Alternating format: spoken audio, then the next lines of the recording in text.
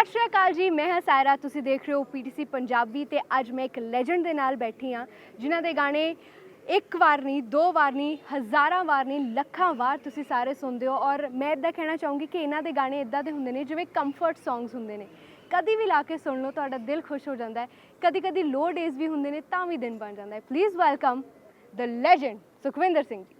सत श्री अकाल, नमस्ते, आदाब। लेजेंड मैनू क्या गया वा, मैं फिलहाल थोड़ी देर पहले मेरी गल हो रही सी कि लेजेंड होना एक बहुत वड्डा रुतबा वा जिहदे आस पास मैं नहीं हाँ। इस गल नूं कह के भी मैं कोई क्रेडिट नहीं लेना चाहता, बट लेजेंड दी जिम्मेदारी बहुत है, बहुत बहुत ज़्यादा होती है। उसकी जिम्मेदारी बहुत ज़्यादा, वो बहुत बड़ा किरदार होता, बहुत उसका औरा बहुत हिमालय से भी बड़ा होता है। मैं एक विद्यार्थी ज़रूर हूँ एंड बहुत बेहतरीन विद्यार्थी हूँ। अगर आज भी मुझे कोई एग्ज़ाम देना पड़ेगा तो मैं इसलिए अव्वल नंबर पे आऊँगा क्योंकि मेरा सीखने का जो चस्का है वो हमेशा उरूज़ पे रहता है, हमेशा वो फ्रेश रहता है, वांटिंग रहता है। I love to invite many opportunities. There I can put myself into learning process, which is really very interesting for me. ਤੇ ਮੈਂ ਇੱਕ ਸ਼ਾਨਦਾਰ ਵਿਦਿਆਰਥੀ ਪ੍ਰੂਫ ਕਰ ਸਕਦਾ ਵਾਂ ਤੇ ਲੈਜੈਂਡ ਵਾਲੇ ਰੁਤਬੇ ਨੂੰ ਮੇਰੇ ਲਈ ਐਕਸੈਪਟ ਕਰਨਾ ਮੁਸ਼ਕਿਲ ਹੈ। That is I think your humbleness ਕਿ ਤੁਸੀਂ ਇਹ ਕਹਿ ਰਹੇ ਹੋ। ਇਹ ਸੱਚਾਈ ਵੀ ਹੈ। You can take it however, but ਅਸੀਂ ਸਾਰੇ ਤੇ ਮੰਨਦੇ ਹਾਂ। ਔਰ ਇਹ ਜਿਹੜੀ ਕੰਫਰਟ ਸੌਂਗਸ ਵਾਲੀ ਮੈਂ ਗੱਲ ਕਹੀ ਸੀ, ਇਹ ਬਿਲਕੁਲ ਟਰੂ ਹੈ। ਮੇਰੇ ਆਪਣੇ ਤੇ ਵੀ ਅਪਲਾਈ ਹੁੰਦੀ ਹੈ। ਸਮ ਡੇਜ਼ ਆਰ ਲੋ, ਪਰ ਤੁਹਾਡੇ ਗੀਤ ਸੁਣ ਲਓ ਦਿਨ ਚੰਗਾ ਹੋ ਜਾਂਦਾ ਹੈ, ਯੂ ਫੀਲ ਬੈਟਰ। ਬਟ ਹੁਣ ਤੁਹਾਡੇ ਲੇਟੈਸਟ ਜਿਹੜਾ ਸ਼ਮਸ਼ੇਰਾ ਦੇ ਵਿੱਚ ਟਾਈਟਲ ਟਰੈਕ ਆਇਆ ਹੈ, I want to talk about that. Shamshera ਦੇ ਲਈ ਜਦੋਂ ਤੁਸੀਂ ਟਾਈਟਲ ਟਰੈਕ ਗਾਣਾ ਸੀਗਾ, how did it come to you ਕਿ ਤੁਸੀਂ ਕਰ ਰਹੇ ਹੋ ਸ਼ਮਸ਼ੇਰਾ ਦਾ title track? I have 4 songs in the movie. Yeah, ਨਹੀਂ the title.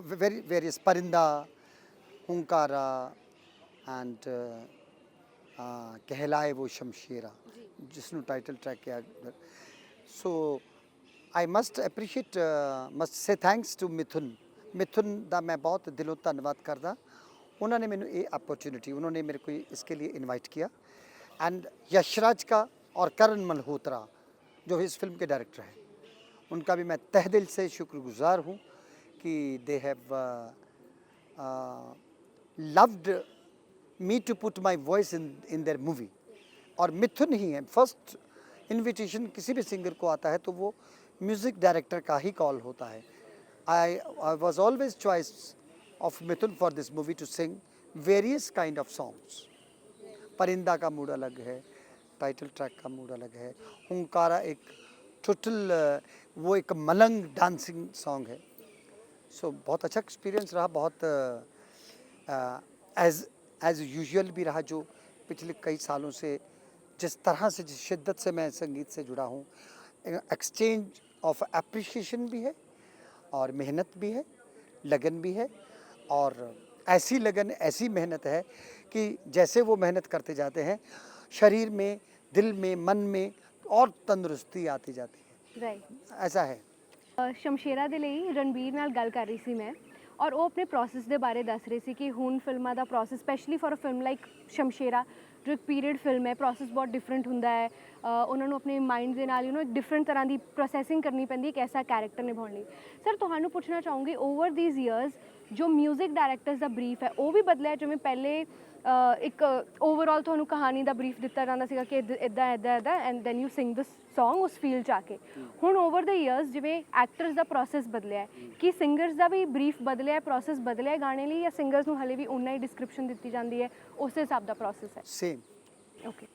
अगर बात को समझाना है तो समझाने वाला भी क्लियर होना चाहिए। राइट। आप बात कहने के बाद ये नहीं कह सकते कि मेरा कहने का मतलब ये है। जब आपने बात कहनी कि that has to be very clear, that has to be clear.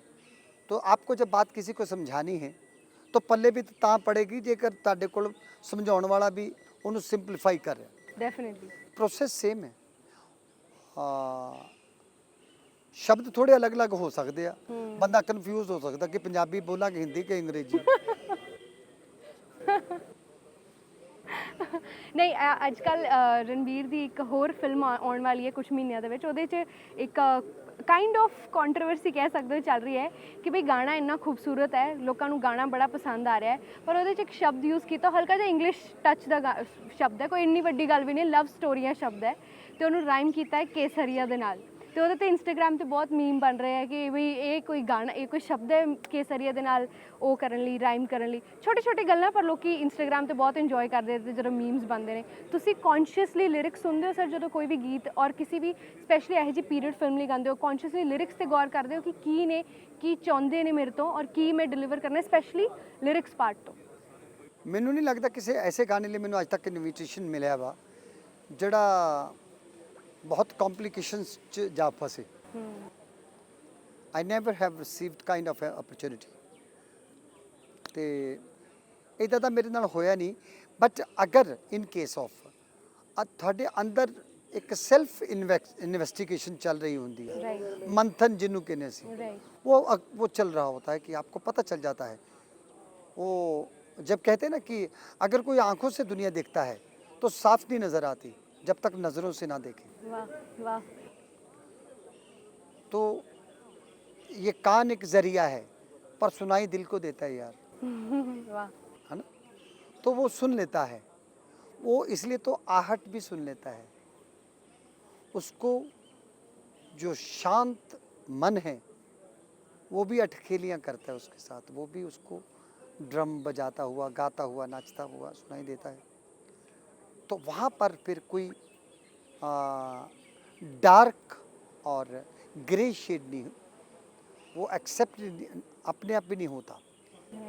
अगर कोई बाई चांस ऐसा हमारे साथ अटेम्प्ट कर भी ले तो उसको बड़े खूबसूरत मिजाज से हम लोग परफॉर्म कर भी डालेंगे और कोई ट्रोल नहीं करेगा।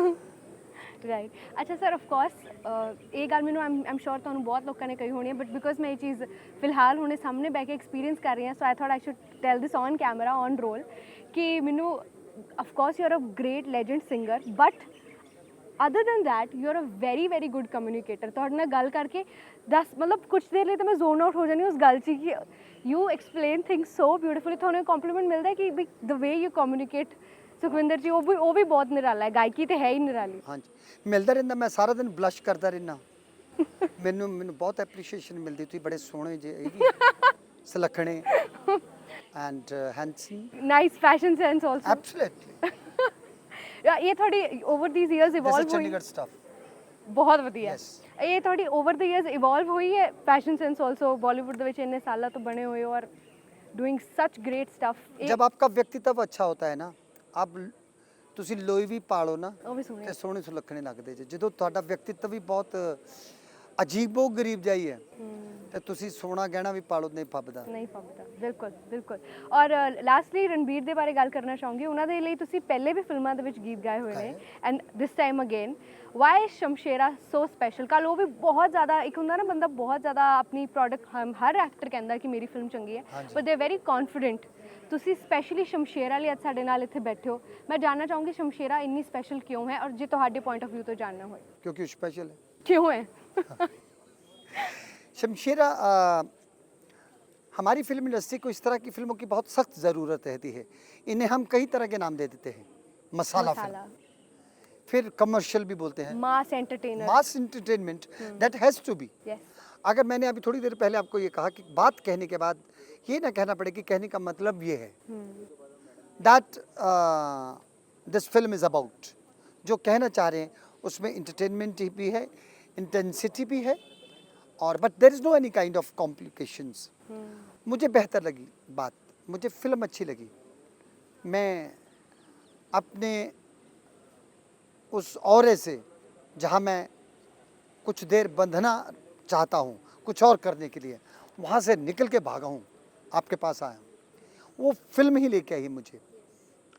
लोग अपनी निगाह से देखते हैं, हम कैमरे की निगाह से देखते हैं, पर मैंने इसको फ्रंट बेंचर्स की निगाह से देखा है,